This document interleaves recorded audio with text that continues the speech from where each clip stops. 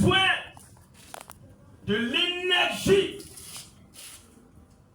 pour évoluer. N'est-ce pas? N'est-ce pas? Et l'énergie naturelle, bien-aimé, ça peut être le feu. Le feu nous permet de préparer le dîner. Alléluia. Amen. On utilise le feu pour cuire le repas. Donc ça c'est énergie. N'est-ce pas? L'énergie aussi peut être l'électricité. Et le rôle de l'électricité, bien-aimé, nous permet de voir. Nous permet d'éclairer. Amen, amen. Amen. Et si bien aimé, dans ces énergies-là, s'il y a des pas, ça veut dire qu'il n'y aura pas de progrès. S'il n'y a pas de feu, est-ce que la nourriture peut être cuite? Non. Si le courant est coupé, est-ce que tu pourras être éclairé? Non. Donc ces choses nous servent à évoluer. Dis Amen avec moi. Amen. Dis Amen avec moi. Amen. Bien-aimé, lorsqu'il y a une panne d'énergie dans le monde naturel, on voit que, regardez un peu quand le courant se coupe un peu, comment devient l'atmosphère. Hein? On est là, on ne se voit plus. Pourquoi? Parce qu'il y a eu quoi? Une panne. Pour nos mamans qui préparent, qui ont préparé, à un moment donné, voici le gaz là, te relâche, bouteille de gaz là. Alléluia. Où est-ce que ça va arriver une femme ici? Avec plaisir. Et attends, c'était en même temps. Il n'y a plus d'énergie. Et puis ça va guérir avant de la pas encore dit, avec comment? Là, c'est une panne. Alors, comment faire? Automatiquement, la dame ou bien la femme pense à faire quoi? Chercher la solution. Tu dois régler cette panne. Dis Amen. Amen. Bien aimé, il est en aide même dans le monde spirituel. Je vais te le dire cela aujourd'hui. Il est le même dans le monde spirituel. Lorsqu'il y a une panne, bien-aimé, le progrès spirituel là s'arrête. C'est bloqué. C'est-à-dire que tu es bloqué. Là, il n'y aura plus de manifestation de puissance. Pourquoi? Parce qu'il y a une panne quelque part. Et si cette panne-là n'est pas réparée, frère, tu seras stagné. Alléluia. Amen. Tu seras bloqué. Tu ne pourras plus avancer. Et nous verrons que, bien aimés, les vies ne sont plus transformées par la puissance de l'évangile. On voit que les malades ne sont plus guéris parce qu'il y a une panne quelque part que nous ne voulons pas réparer. Les démons ne sont plus chassés parce qu'il y a une panne qui est là. Et bien aimé, nous devons chercher à réparer cette panne-là pour que la puissance de Dieu soit encore manifestée. Notre Dieu n'est pas limité. C'est pourquoi la Bible dit qu'il est le Dieu d'hier, aujourd'hui et éternellement. Il n'a pas changé. Ce qu'il a fait au temps de nos aïeux, il continue encore de le faire. Alléluia. Amen. Ça veut dire qu'il n'a pas changé. Il est le même Dieu hier, aujourd'hui.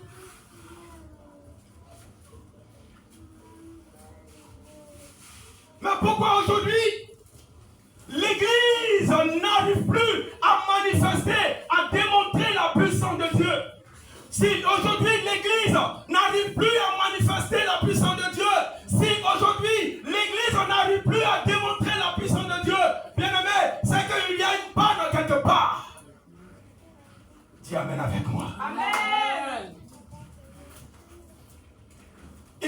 des pannes quelque part que nous devons régler.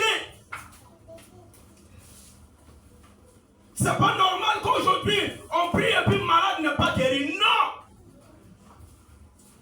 C'est pas normal que les démons ne sont plus chassés. C'est pas normal que des vies ne sont plus transformées par la puissance de l'évangile. Nous devons nous revoir, chrétiens. Nous devons chercher à réparer ces pannes qui sont en nous. Ces pannes qui font que la puissance de Dieu est bloquée. Nous devons régler ces pannes pour que le royaume de Dieu puisse avancer. Je parle à quelqu'un ce matin. Amen. Donc, qu'est-ce qu'ils peuvent, comme je l'ai dit, qu'est-ce qu'ils peuvent causer des pannes de puissance? Bien aimé, aujourd'hui, je vais parler au moins de 6 points qui parleront des pannes de puissance. Les 6 points qui causent des pannes dans la vie d'un croyant. Ces pannes qui empêchent le chrétien de manifester la puissance de Dieu. Hey, frère, nous devons encore parler en langue. La langue, ce n'est pas arrêter seulement qu'au niveau des disciples. Non. Il dit, vous serez mes témoins de Jérusalem, de la Samarie et jusqu'aux extrémités de la terre. Frère, les disciples ne sont pas arrêtés seulement à Jérusalem. Ils sont allés partout pour manifester la puissance de Dieu, pour prêcher l'évangile, pour que la vie soit transformée. Tu fais partie de ces disciples. Tu dois aussi impacter le monde pour que par ton canal des vies soient transformées. Par ton canal des malades soient guéris. Par ton canal des démons soient chassés. Aujourd'hui, beaucoup disent qu'on ne chasse plus de démons. Ça, c'est leur problème à eux. La langue n'est plus, ce n'est plus utile. Ça n'engage que ces personnes-là.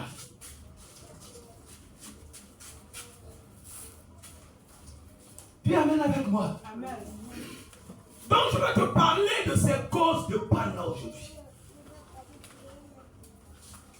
La première cause de panne, nous allons voir ça tout de suite. Prenons le livre de Actes chapitre 8, à partir du verset 21 jusqu'au verset 23. Actes chapitre 8. Suivez-moi tel que je suis en train de donner le verset. Ne vous trompez pas du verset. Actes chapitre 8. Actes le chapitre 8, à partir du verset 21, et tu t'arrêtes au verset 23. Actes chapitre 8, à partir du verset 21 au verset 23. La parole dit, Oui. il n'y a pour toi, Il n'y a pour toi ni pas, ni part, ni l'eau ni l'eau dans cette affaire. dans cette affaire. Car ton cœur Car ton cœur, n'est pas droit devant Dieu. ton cœur n'est pas quoi? Droit devant Dieu. Devant Dieu. Réponds-toi donc de ta méchanceté Réponds-toi donc de ta méchanceté. et prie le Seigneur Et prie le Seigneur pour que la pensée de ton cœur pour que la pensée de ton cœur te soit pardonnée, te soit pardonnée, s'il est possible. si est possible. Car je vois Car je vois que tu es dans un fil amer tu es dans un fil amer et dans les liens de l'iniquité. et dans les liens de l'iniquité. Alléluia. Amen. Frère, je l'ai dit, la cause de panne, de puissance. Et à travers ce passage biblique, bien-aimé, la première cause de panne ici, c'est quoi? C'est le péché.